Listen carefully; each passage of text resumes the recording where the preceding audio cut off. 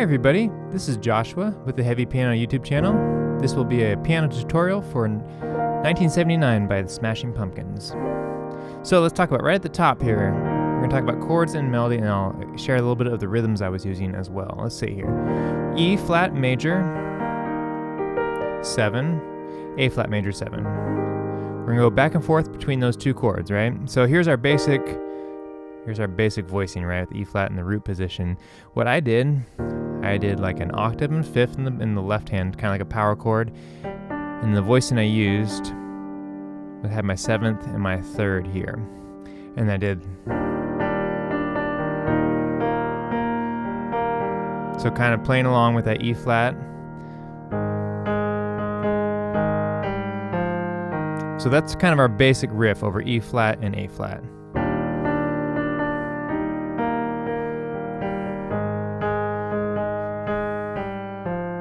Right?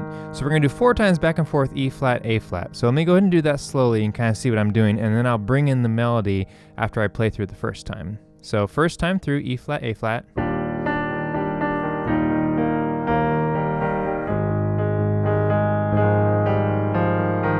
Second time, melody comes in. I'm kind of playing those notes together, so I can sneak in that guitar line again. So you see I'm doing some harmonies there.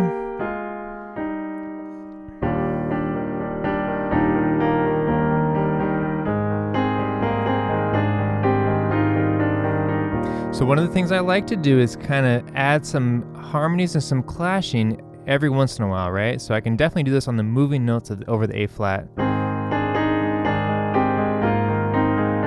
Right, so kind of experimenting with different notes that work with that A flat chord. So let me go back to the E flat.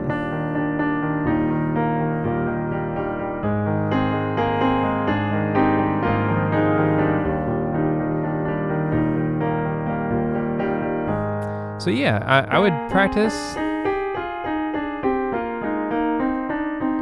like that kind of thing, like keeping the note on the top, bring it down.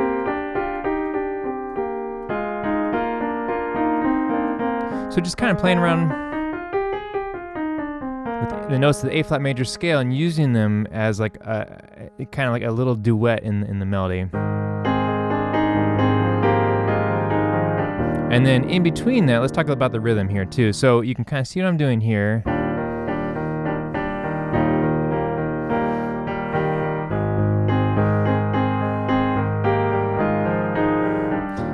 Some of that same idea in the left hand too, right? So I'm not just always playing the octave and 5th. I'm doing major 7th sometimes. I'm doing that 6th in there sometimes. The idea is just to like give it a little bit of movement. You'll hear me say this over and over again, like movement and emotion in your playing, and finding different techniques to like express what you want to when you play. So I can play it. So let me just play it without like adding anything extra, right?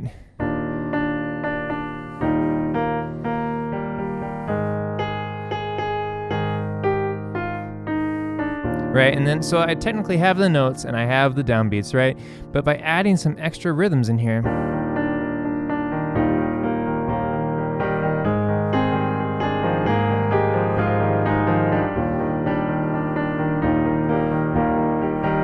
right?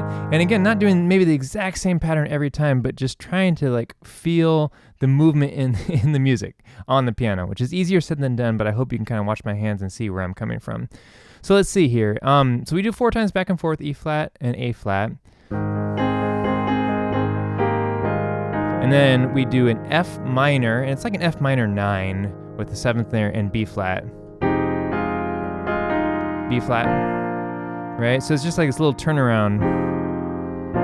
And you know what that is? That's actually a 2, 5, 1, right? So we're actually doing some like jazz chord voicing or whatever, or just like some movement here, especially going to the E flat major 7.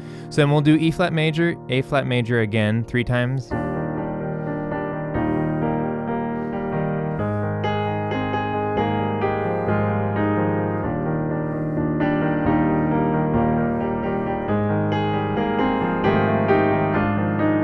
So what I was doing, the A natural, that's way too clashy. Sorry about that. That was a mistake.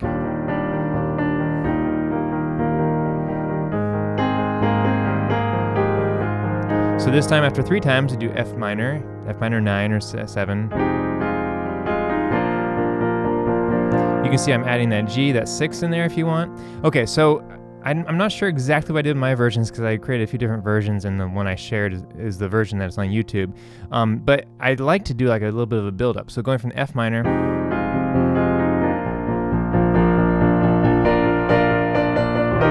So our chorus is going to follow these same chords, E flat, A flat, 3 times, F minor, B flat. And then I'm just coming up here and doing like a full chord here.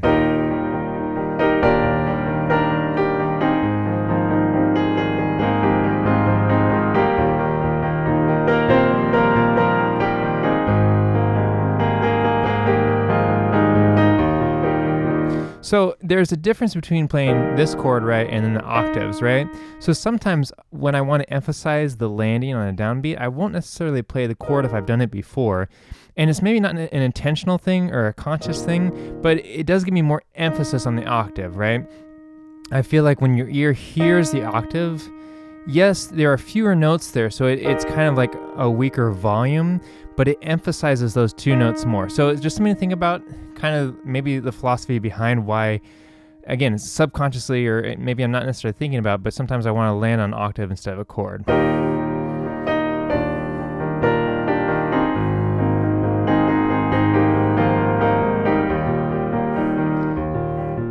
You see me do these patterns a lot, kind of jumping around, my left hand to create. So instead of just like hitting, I'll do some movement.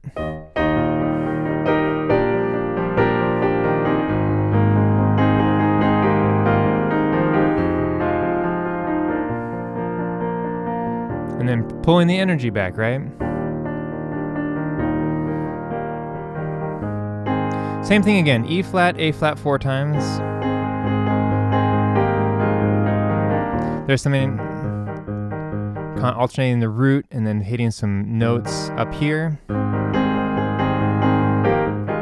Again, moving some notes around, so maybe you don't like absolutely hear what I'm doing, but there is a little bit of inner movement in there.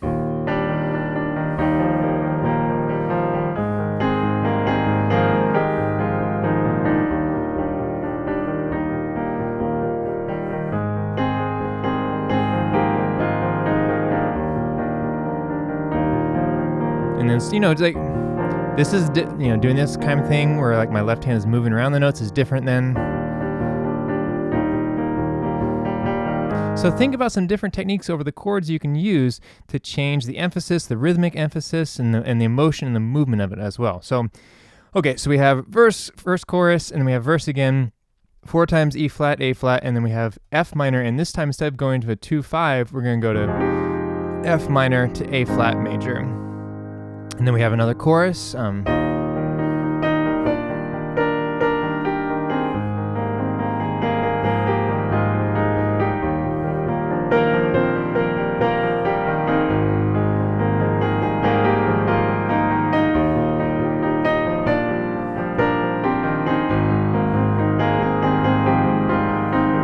So we did 3 times E flat, A flat, and then we have this little like bridge section. It's gonna be B flat, C minor, A flat, 3 times on this.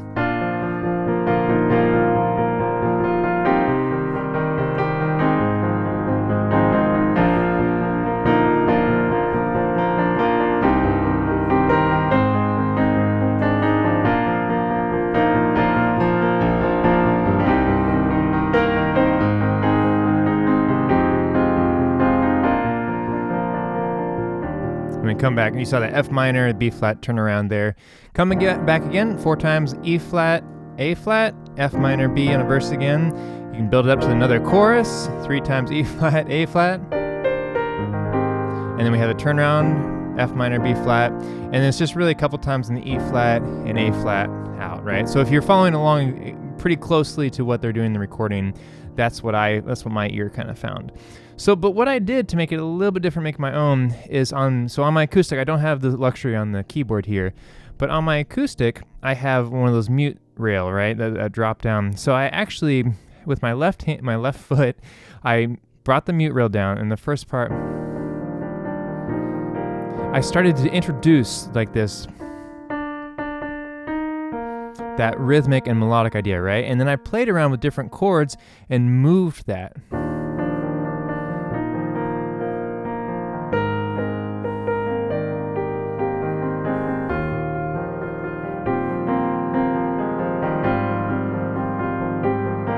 Right, going back and forth between the E flat and A flat. But again, just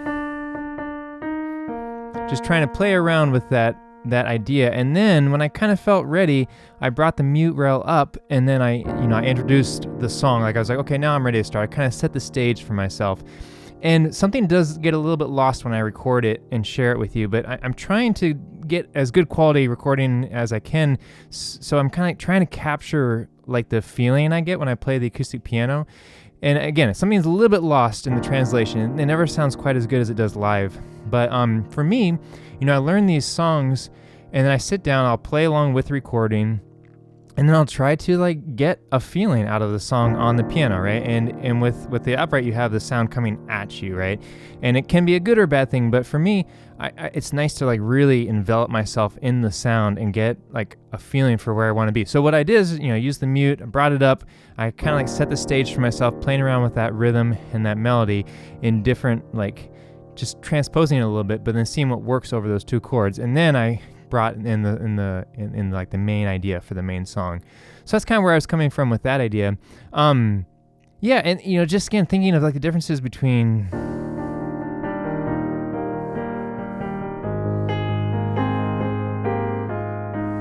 right, how much space am I leaving for the melody in my right hand, right? So like I left a little more space in the right hand, right?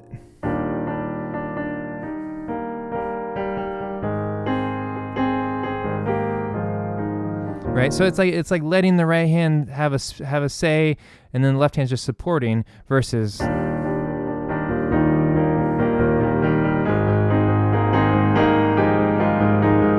which is just a different feeling, right? It's just a different emotion. Neither is right or wrong, but there's some things you can do to change the way the song is moving, right? So definitely like with choruses, I made a big chorus the first few times.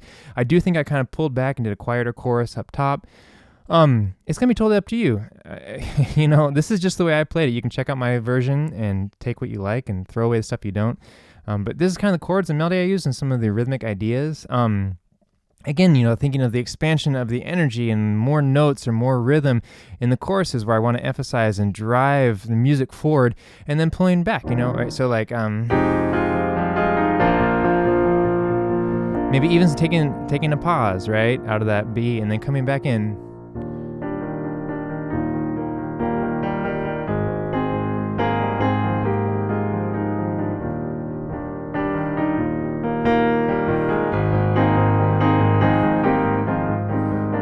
Thinking about different ways to make the music kind of breathe and live.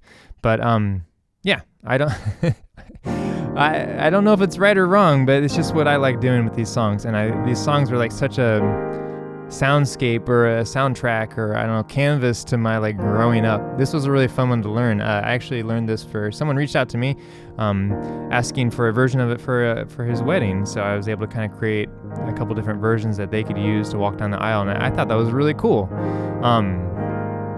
And then I kind of took some of those concepts and ideas and I just kind of created the version on YouTube. So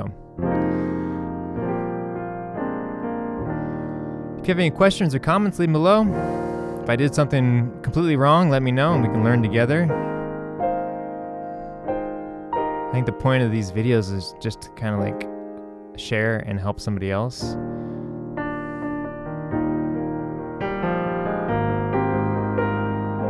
We're definitely in the golden age of like sharing and learning music online, right? Isn't it? It's kind of cool, right? Like I can go on YouTube and learn all about different scales that work over different jazz chords, or how to resolve things, or how to do chord substitution and all that. So I hope you found this helpful. I want to say a big thank you to my patrons on Patreon for supporting the channel. It means a lot. It means a lot. There are so many people making music and especially piano videos on YouTube and online, and it's just really nice, guys. I appreciate that you feel some value in what I'm trying to create here. So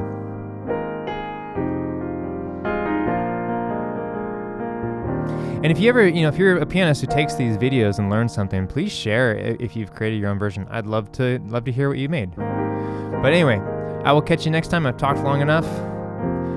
Thanks for watching, and yeah, I appreciate everybody's comments and likes and shares. I will catch you next time.